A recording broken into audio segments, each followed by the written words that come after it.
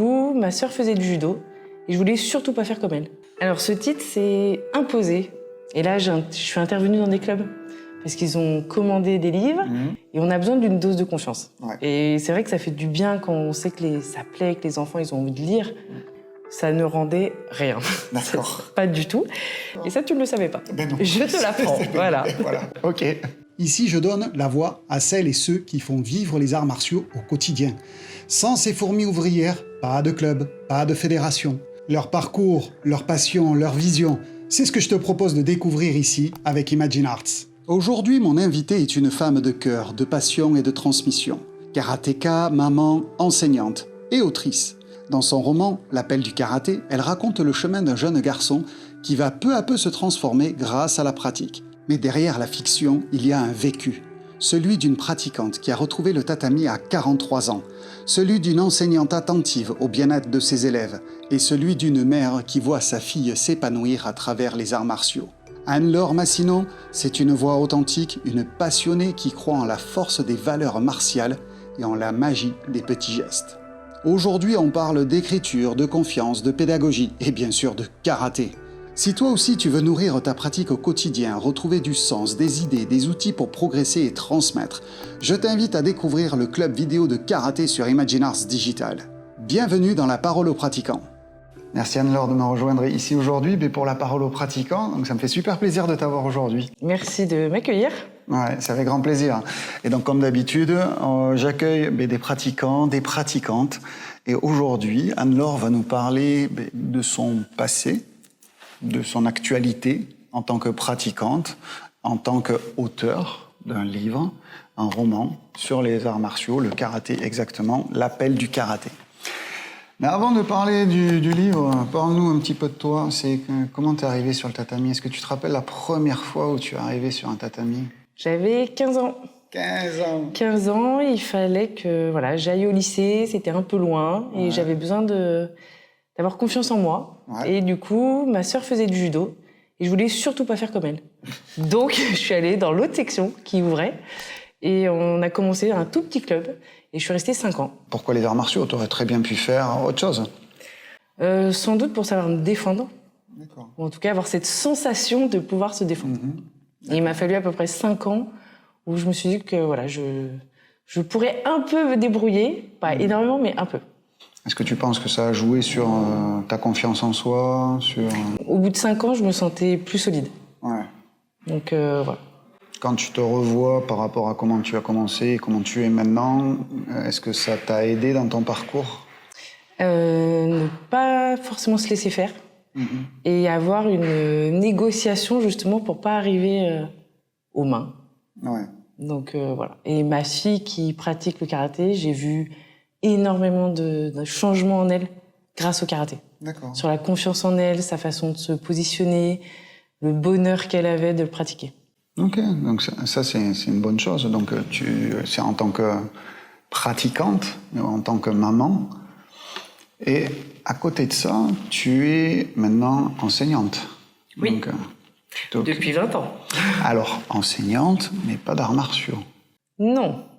Quoique, il y a le karaté scolaire qui commence à se développer et je me dis que ce serait chouette d'enseigner le karaté à mes élèves. Mais là, je suis enseignante en REP+, avec des CE1 actuellement. Ça fait 20 ans et je suis également maître formatrice. D'accord. Est-ce que tu vois la différence entre les enfants qui ont une activité sportive et les enfants qui n'ont pas d'activité sportive dans leur processus scolaire, dans leur évolution scolaire? Je vois les enfants qui ont des passions sportives ou culturelles, artistiques, et ceux qui, entre autres, s'enferment dans, entre autres, les jeux vidéo. Ouais.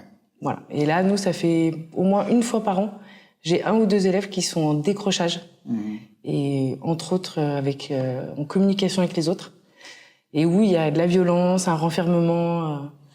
Et quand on prend les choses à bras-le-corps et qu'on en parle aux familles et que les familles comprennent ça, on sent le changement chez l'enfant. Dès le si jeune âge, en fait, parce que... Ah oui. Ouais, non, mais c'est parce que on en parle beaucoup dans les ados plus grands, en fait, les 14, ceux qui commencent à arriver au collège, parce que c'est un grand changement, le collège, etc. Et donc, bien avant, Ouais. dès qu'ils commencent à avoir accès un petit peu à l'écran. Ah oui, nous, il y a même des collègues de maternelle qui en parlent, mais nous, on voit les enfants qui se renferment et qui sont dans une violence physique et verbale. Ils ne supportent plus les autres. Ouais. Alors que quand, justement, on pratique, on les déconnecte de ça. Donc, d'où peut-être l'entrée dans mon livre où, justement... Exactement, c'est pour ça que je t'y amenais un petit peu, parce que tu parles d'un enfant qui est complètement renfermé sur lui-même dans les jeux vidéo et qui découvre le karaté. Mais avant d'aller un petit peu plus loin dans l'histoire, c'est comment t'es arrivé là? Parce que celui-là, en fait, si ma mémoire ne me trompe pas, c'est ton deuxième. C'est mon 4e. Ah ben voilà, ça y est, c'est bon, j'ai pas bien fait ma recherche. 4e livre. 4e. Oui. Ok. En fait, j'ai commencé à écrire quand je me suis séparée, il y a 10 ans, parce qu'on a plus de temps et voilà. Et en 2021, mon premier livre est sorti, qui s'appelait Trop fort mon papa. Oui. Et on m'a réclamé à corps à cri Trop forte ma maman. Ah, mais voilà, c'est pour ça. Moi, j'étais resté voilà. Trop fort papa. C'est peut-être parce que je suis papa, c'est pour ça. Et il y a la maman. Il y a la maman et il y a Si je suis grand aussi. Et puis, un collègue karatéka m'a dit, mais t'écris, mais écris sur le karaté. Ta passion, c'est le karaté, mais écris un roman. Et en fait, je me sentais pas du tout légitime. Et puis, il y a eu différents facteurs où il y a quelqu'un important dans ma vie qui m'a dit, mais t'en es capable, et si ta fille, elle écrit, parce que ma fille écrit, elle dit, si ta fille le fait, mais toi aussi, t'en es capable. Et du coup, je me suis dit, faut y aller, quoi. D'accord. Et du coup, à 5h30 le lendemain matin, j'ai pris mon téléphone parce qu'on était en vacances, et on était dans un petit studio, ma fille dormait à côté, il fallait pas que je fasse de bruit. Et j'ai écrit de 5h30 à 6h30 du matin, pendant 2 mois. Pendant 2 mois. Ouais. D'accord. Quel était ton processus d'écriture? Est-ce que c'est un reflet de ce que toi, tu as un peu vécu, ou plus le fait que toi, tu vois à travers, en tant que les yeux d'enseignante, et que tu vois les problèmes qu'il y a dans les familles? C'est un tout. Ouais. Vraiment, c'est un tout. C'est moi, maman de compétitrice, moi, karatéka, parce que je suis revenue au karaté à 43 ans. Et donc, tout le monde parle japonais, ça paraît évident pour tout le monde. Et ouh là là là, ça fait longtemps. Donc, je me suis fait des cartes mentales que j'ai mises à l'intérieur, grâce à ma collaboratrice. Et voilà, j'ai vu, moi, en tant qu'enseignante, quand j'amène mes élèves à l'EHPAD, et il y a un chapitre sur l'EHPAD, et il y a vraiment des choses qui sont, voilà. Ouais, ça touche. Ça touche, voilà. Il y a la sensibilisation à l'écologie, donc ça aussi, c'est par rapport à mes élèves. Il y a tout. Il y a moi, enfant, quand mes parents étaient séparés. Donc, ce que j'ai vécu ou pas. Enfin, voilà, ressenti, voilà. Ce qui m'intéresse, en fait, à l'intérieur, c'est ce côté simple, et où on ouvre le cœur un petit peu et on parle franchement des choses qui peuvent être compliquées, mais avec des mots simples. C'était une de mes volontés, même si ça n'a pas forcément été réfléchi en amont, mais le personnage, on est à travers lui, on vit les choses à travers lui, c'est lui qui parle, qui pense. Du coup, on vit les choses à 100%. Ouais. Et c'est vrai que tous les retours que j'ai, c'est... il y a de l'émotion, il y a de l'humanité, il y a du... Et du coup, tout le monde peut se reconnaître. En tant que parent, enseignant, enfant... Ou ancien enfant comme moi. Alors voilà, il y a beaucoup d'anciens karatékas qui me disent mais moi je me reconnais là-dedans, c'était moi le gamin. Ouais, voilà. Voilà. Donc c'est... Pour moi, c'était pas les consoles, vu qu'il n'y en avait pas, c'était plutôt les Lego et les Playmobil. Voilà. J'étais enfermé dans mon monde, quoi. Mais le monde qui me sortait, c'était l'univers des arts martiaux, quoi. Et puis d'avoir une autre famille. Ouais. C'est vraiment, moi, quand je suis revenue au karaté, on se retrouvait, alors on se voyait pas forcément dehors, mais ce qu'on vivait ensemble pendant 1 heure, 1 heure et demie, ça n'a pas de prix. Ouais. Et on sait qu'on peut compter les uns sur les autres, et c'est vraiment du partage. Donc ça peut être un sport individuel, parce qu'on est face à soi, et quelquefois, mais c'est vraiment être ensemble, le partage, échanger, progresser grâce à l'autre. C'est ça. Et ça reprend bien la maxime, tu sais, de Kano Sensei, c'est Jyote Kitae. C'est entraide et prospérité mutuelle. Ben voilà. C'est vraiment ça, quoi. L'esprit du dojo, aujourd'hui, à l'époque féodale, c'était pas du tout ça. Parce qu'on préparait pour aller au combat, on vit dans une autre époque. Et on est là pour avoir une transformation de la personne. Et on le voit à travers les enfants qui viennent, les parents qui nous amènent des enfants, qui soient hyper excités et qui ont besoin d'être canalisés, ou au contraire, des enfants très inhibés, qui ont besoin en fait de prendre confiance en eux, prendre confiance, s'ouvrir aux autres, ou s'ouvrir aux enseignants et de se dire « Ok, je peux aller parler à l'enseignant parce que je lui fais confiance ». Alors qu'il ne va pas en parler avec ses parents. Et donc, ça permet de faire un transfert, de pouvoir après faire la boucle et de continuer. Et c'est vraiment un rôle assez essentiel. Et on retrouve vraiment ça dans ton bouquin. Donc, tu fais part dans le livre de plein de petites choses, en fait, de l'évolution de cet enfant qui découvre pour la première fois ce dojo, cet univers, et il ne sait pas trop. Et puis, petit à petit, il s'accroche, il décroche de la console, il va vers l'avant, il découvre les choses, et même il va jusqu'à faire de la compétition. C'est ça. Et à un moment donné, il veut décrocher de la compétition parce qu'il est passé à côté ou il a mal fait. Et pour autant, il arrive à y retourner. Ouais. Et ça, c'est pas évident. Et on peut tous, adultes ou enfants, se dire « bah non, j'arrête tout ». Et c'est le piège, en fait. Ouais. C'est dire, non, justement, c'est pas un échec, c'est l'expérience. Et il faut continuer. Ouais. J'en discutais hier, tu vois, au stage, avec un des élèves, avec Patrick. Et je lui disais, mais tu sais, quand tu es face au goal, et que tu as ton ballon, et que tu tires, et que tu loupes, c'est la hantise, en fait, le truc suprême, en fait, que tu veux pas échouer, en fait. Il me dit, ben oui. Je dis, mais non, le pire, c'est de jamais frapper le ballon. C'est ça, c'est oser. Oser faire les choses, oser de se tromper, oser d'y aller. Et là, on le revoit vraiment à l'intérieur, dans le roman, cet enfant qui ose et qui est accompagné aussi. Donc, accompagné par sa maman, son papa au loin, avec des petits gestes qui touchent. D'ailleurs, ce petit truc, quoi. La vis. Voilà, la vis. C'est totalement fictif. D'accord, mais c'est très beau, en fait. C'est superbe. J'ai trouvé ça superbe. Donc, je peux pas vous. Voilà, parce que sinon, je vous spoil quoi, le livre, mais c'est vraiment une super anecdote et j'ai trouvé ça magnifique. Quoi. Une belle preuve d'amour quoi, et de complicité et en même temps quoi, de soutien derrière. De dire, bon, mais voilà, je suis derrière toi, je suis avec toi. C'est ça. Est-ce qu'il y a une suite ? Eh bien, j'attendais en fait. J'attendais d'avoir un retour. D'accord. Parce que je voulais pas écrire pour écrire si ça ne plaisait pas. Ouais. Et comme j'ai des retours extrêmement positifs et qu'on me dit, bon, bah, Manu, qu'est-ce qu'il fait ? Et sa sœur et... Oui. Du coup, je me suis lancée. D'accord. Là, j'ai écrit 18 chapitres. Bien. On est 3 ans plus tard. Donc, on retrouve les personnages 3 ans plus tard. Ok. Et si on n'a pas lu le premier, c'est pas grave. D'accord. Si on a lu le premier, ça a beaucoup plus de saveur. Oui. Bah oui, forcément. On a vu le temps passer, l'engouement qui est différent. Est-ce que ça s'adresse, le livre, principalement aux pratiquants ou même aux parents, en fait, pour comprendre la passion et l'univers, en fait, dans lequel les enfants vivent ? Bah, justement, il fallait décider d'un âge. Et souvent, on dit c'est des 7-10 ans ou 10-13 ans. Et moi, ça m'embêtait parce que je trouve que pour les karatékas, ça s'adresse à tous les âges. Hors karatéka, je dirais que c'est pour les jeunes. Mais vraiment, pour les karatékas, tout le monde a un écho, et les parents de karatékas, sur le stress qu'ils peuvent avoir. Comment les aider, même sur la préparation du sac. Parce que des fois, on les envoie à des compétitions, mais il n'y a pas ce qu'il faut dans le sac. Et du coup, les coachs, ils se retrouvent un petit peu embêtés parce qu'il manque un élastique, parce que l'élastique est rose, bah non. Le code, c'est que c'est noir. Il n'y a pas le petit goûter qui fait du bien et pas l'énorme truc. Enfin, voilà. Des petites choses, j'ai essayé aussi d'aider. Parce que moi, je l'ai vécu et du coup, je me dis si ça peut aider, tant mieux. D'accord. Est-ce qu'on retrouve, donc, il est 3 ans plus tard, donc il est collégien ? Oui, 3e. Voilà, donc c'est une période très charnière dans le développement des enfants. On sait que le collège, c'est une transformation.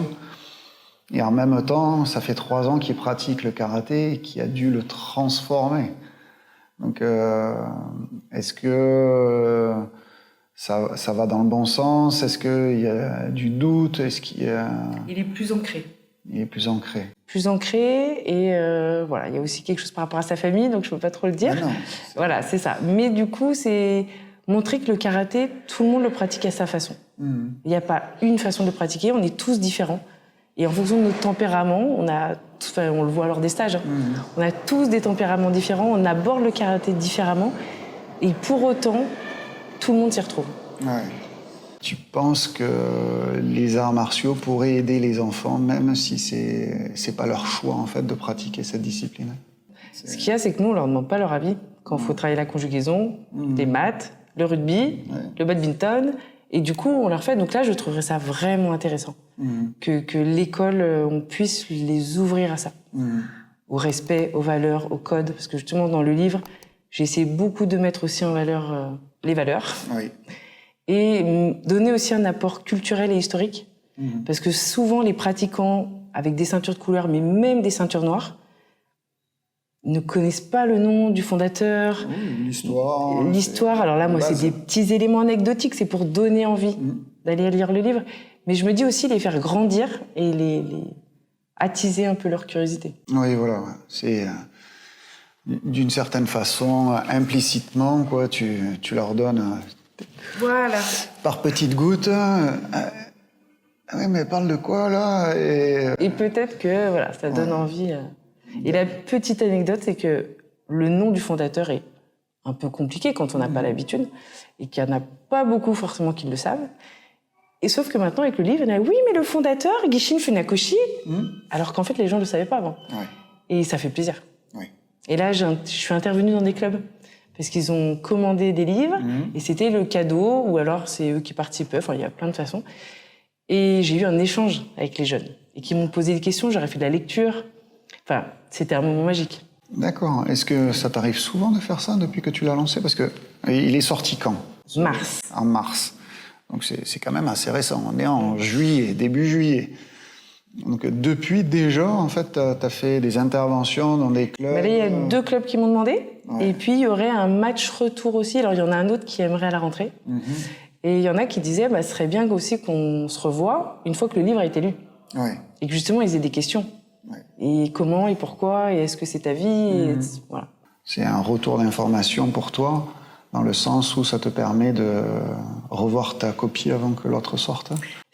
Déjà, ça me donne pour moi une dose de confiance. Parce que pour écrire, moi, j'ai besoin aussi de...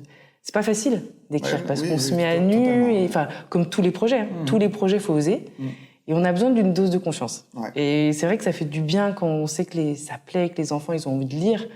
Là, j'ai un monsieur qui m'a dit, mais moi, j'ai jamais lu de ma vie. Ce sera mon premier livre. Wow. Petite pause rapide avant de reprendre cette discussion passionnante. Si tu veux continuer à progresser dans ta pratique, suivre des formations complètes, récupérer des idées pour tes prochains cours ou pour ton entraînement personnel, je t'invite à jeter un coup d'œil à Imagine Arts Digital, la plateforme de streaming dédiée aux arts martiaux. Des ressources vidéo pour nourrir ta pratique au quotidien. Un ado qui a 14 ans qui dit « Ah mais moi j'aime pas lire ». Et il dit à sa mère « Non mais dis-lui que c'est top, dis-lui que j'adore ». Ah, c'est du bien. Et c'est chouette, c'est le but. Et moi j'ai envie d'allier le sport et la lecture. Et pas comme certaines étiquettes, ah il est sportif, il lit pas, ou il lit, il fait pas de sport. Mais non en fait. Ah, ça n'a rien à voir. Il y a des athlètes, voilà. Et en karaté, on a Alexandra Rekia qui est voilà. C'est entre autres, parce qu'il y en a plein d'autres. Mais justement, pour lier les deux. Oui, on peut avoir des muscles et une tête, quoi. Voilà. Mais c'est chouette voilà, que c'est... Mais ça rappelle le principe, tu sais, du japonais, Shingi-Tai. C'est le corps, la technique et l'esprit, c'est... Symbiose. En symbiose dans la pratique. Et c'est vraiment super important, quoi. Tout est lié. Et la transformation se passe avec ça, quoi. Et... Comment toi, tu vois ta transformation entre le moment où tu as fait l'écriture et maintenant, où tu as commencé à avoir tous ces retours et que tu es déjà dans le 2, comment tu te vois? Je vois le 3 et je vois le 4. Ça donne envie de continuer. Ouais. Qu'est-ce qui te motive le plus, en fait, dans l'écriture par rapport à ça? Parce que, contrairement à ce qui se fait naturellement, c'est des bouquins techniques.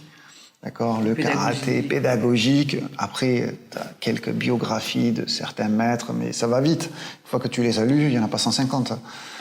Donc là, on est sur un roman, quelque chose de fictif, même s'il y a une part de toi à l'intérieur, de ta vie, de ce que tu vis, etc. Mais tu le transformes. Pour qu'il y ait le plaisir de lire. Ouais. Plaisir de lire, d'avoir sa bulle. Enfin, moi, qui aime lire, des fois, on n'a pas envie. On n'a pas envie de finir parce qu'on sait que ça va être la fin, ou au contraire, on a envie de dévorer. Donc, chacun sa technique. Ah oui, c'est ça. Mais c'est ça, et c'est deux écoles. Ben ouais, moi, mon fils, c'est l'une et moi, c'est l'autre. Et voilà. Moi, quand j'arrive à un moment où non, je peux pas le poser, là, je peux pas aller dormir, quoi, c'est pas possible, quoi. Il faut que je continue, il faut que je sache, quoi. Et mon fils, non, il voit qu'il arrive à la fin, je ralentis pour le savourer. C'est assez marrant, quoi. Donc, je dis, mais comment tu fais, quoi? Et je trouve que le plaisir de lire crée du bonheur, en fait. Et du coup, moi, ça me va. C'est tout simplement, si les gens sont heureux et si ça leur apporte, faut continuer. Toi, tu le reprends avec toi. Est-ce que ça t'a permis de mieux comprendre ta pratique d'écrire? Pratique de karaté ou pratique d'écriture? La pratique d'écriture, forcément, parce que t'es obligé de reprendre ton écriture. Moi, j'ai une écriture intuitive. Ouais. Je suis pas quelqu'un qui va mettre à table et dire « Allez, il est 10h, on y va ». J'y arrive pas. Moi, c'est un matin, une idée, on y va. Et donc, j'écris sur mon téléphone, c'est mon rituel. J'écris sur mon téléphone et j'ai mes chapitres. D'accord. Et souvent, c'est par écho. J'ai un premier chapitre et il y a une suite après. Et ça vient naturellement. Ça vient naturellement. Je sais ce que je veux aborder, mais ça se déroule. Ça revient à ce qu'on disait, tu sais, sur les plans de cours.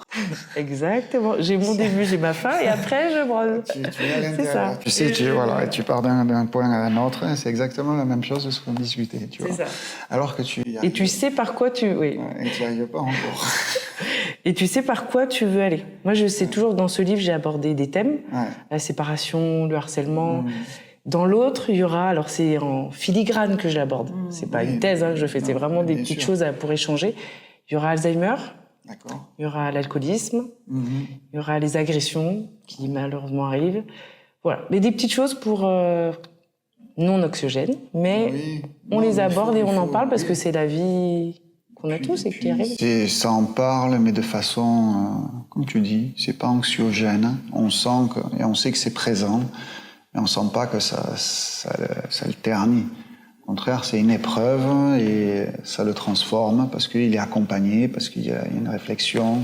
Être bien entouré, c'est la base. C'est super important. Donc je reprends ce livre et l'appel du karaté, c'est l'appel. C'est du karaté. Où est-ce que tu as trouvé ce nom? Alors ce titre, c'est Imposé. D'accord. Voilà. Imposé, carrément. Imposé. Et alors certains m'ont dit « Ah, mais c'est l'appel du général de Gaulle ». Non, ce n'est pas l'appel du général de Gaulle. C'est L'appel de la forêt, de Jack London. Donc du coup, depuis, j'ai lu le livre et avant, j'avais vu le film. Où en fait, le chien entend cette forêt qui l'appelle. Et c'est un peu ça. Il y a le dojo, il est attiré par les kiaïs. Et du coup, il a envie d'y aller. Ah oui, j'avais pas fait le rapprochement. Ok. L'illustration, c'est quelqu'un en particulier qui l'a fait. C'est la couverture, c'est bon, on revoit Funakoshi Sensei, c'est Sakura. Alors je voulais le mettre en valeur le fondateur. Ouais. Donc à la base, je voulais lui et puis une ceinture par-dessus. Ouais. Ça ne rendait rien. D'accord. Pas du tout. Et puis un collègue m'a dit non mais ce serait bien que tu mettes du rouge un peu. Par rapport au Japon, ok. Et puis moi, j'avais offert une grande tenture. Et puis, il y avait un peu ça, une montagne, un arbre, enfin voilà, le mont Fuji. Et un jour, je me suis mise sur l'îlot central et j'ai fait un petit croquis. Je l'ai pris en photo, je l'ai envoyé à ma collaboratrice. Et elle m'a dit, bah, très bien, je garde. Ah ben non, c'est un croquis. Donc là, il faut le retravailler. Non. Je fais 2-3 trucs au niveau numérique, mais voilà. D'accord. Du coup, c'est né d'un croquis. Donc c'est né d'un croquis et c'est toi qui l'as fait. Voilà. Et elle a intégré le visage du fondateur. Elle a fait 2-3 modifs. D'accord. Et ton illustratrice, du moins, c'est elle qui a mis en page alors? Alors c'est Marion Baboré. Marion. Voilà, qui est extraordinaire, qui est empathique. Donc on se comprend bien. Et elle est extrêmement compétente. C'est elle qui a fait Trop forte ma maman. D'accord. avec des dessins d'une qualité, une intelligence émotionnelle. Et on est en train de travailler sur Trop fort mes grands-parents. Ah. Voilà. Donc, et du coup, j'espère qu'elle sera là pour l'appel du karaté. C'est elle qui a mis en page, qui a fait des cartes mentales ou des rappels à la fin du... Moi, j'avais fait des dessins pour moi, en tant que pratiquante.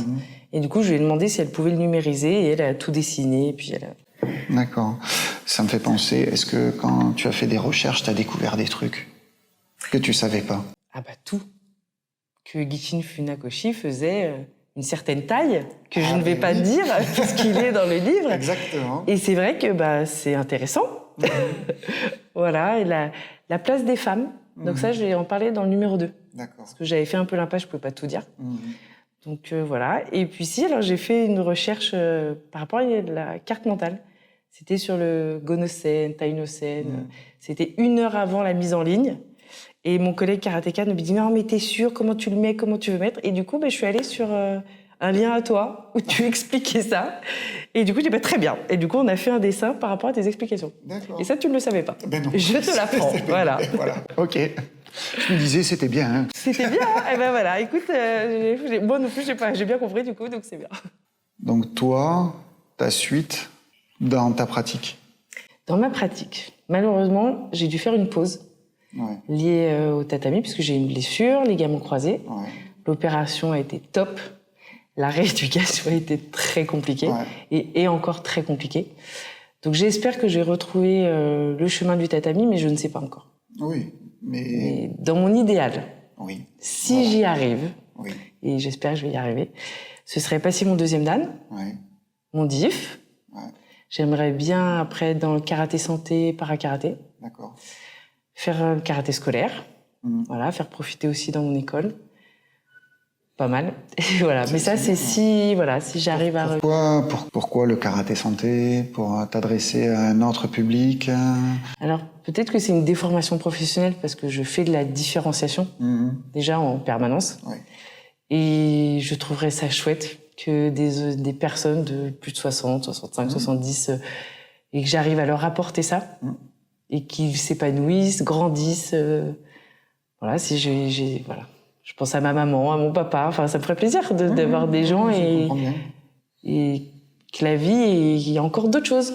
Il y a plein de choses. À tout âge, on peut pratiquer. C'est le grand avantage. Il suffit d'avoir la bonne personne en face qui nous amène les bons outils pour chaque âge. Est-ce que tu as une envie particulière à transmettre dans tes cours futurs? La confiance en soi. Pour moi, c'est vraiment... Je pense que la base de tout être humain, c'est la confiance en soi. En fonction des mots, des gestes, des regards. Et ça, c'est le positif. Mais malheureusement, et ce qu'on voit sur le terrain, que ce soit au karaté, dans la vie, au boulot, des petits mots, des petites phrases. Et il y a des gens que ça fait souffrir et ça fait changer. Ça se fait renfermer, et même dans le privé. Des gens de 50 ans à qui on va dire une phrase et ils perdent confiance en eux. Et du coup, ils n'avancent pas. Et l'important, c'est d'avoir des projets, être bien entouré et avoir cette dose de confiance en soi et de oser. Et ça, c'était un inspecteur qui l'avait dit en réunion. Et à la fin de la réunion, je me suis dit, mais il a raison. Il faut oser. Mais il faut oser. Et il faut oser se planter. Parce qu'on est avec les élèves, on ose. Ah ben ça a raté. Eh ben c'est pas grave. Eh ben on va faire autrement. Mais si on fait rien, on n'avance pas. Ah non, mais c'est ça. Et j'en discutais lors de la visio au campus national des enseignants. Et je disais qu'il y a une chose qui est super importante, c'est qu'en tant qu'enseignant, toi tu les as tout le temps à l'école, mais nous autres, on les a en club. Les mots que l'on a touchent en fait et transforment ces petits êtres ou ces êtres tout court quand ils sont adultes. Mais encore plus, pour ma part, c'est les enfants parce que ils sont encore modelables. Donc ils n'ont pas encore l'expérience de mettre de côté ce qu'on peut avoir dit, etc. Alors que les enfants, on peut vraiment les aider à se transformer, ou au contraire les renfermer. Et leur dire, ben non, mais de toute façon, tu n'y arriveras pas, quoi. Ou, ben non, t'es nul. Voilà. Et d'avoir toujours le bon mot qui peut changer, en fait, et qui peut rester jusqu'à très, très tard, quoi. Moi, je me rappelle, il y a certains mots qu'on m'a dit, je m'en rappelle encore, quoi. Et j'avais 14 ans. Et c'était pas super, quoi. Et je m'en rappelle encore, quoi. Bon, maintenant, je suis passé au-delà, mais je m'en rappelle. Mais ça marque. Alors qu'il y a d'autres trucs. Et je pense que c'est des tatouages. Et bon, des tatouages. des... Mais on aimerait les bons. Ouais, et c'est ça en fait. Pourquoi on le fait et comment on le fait.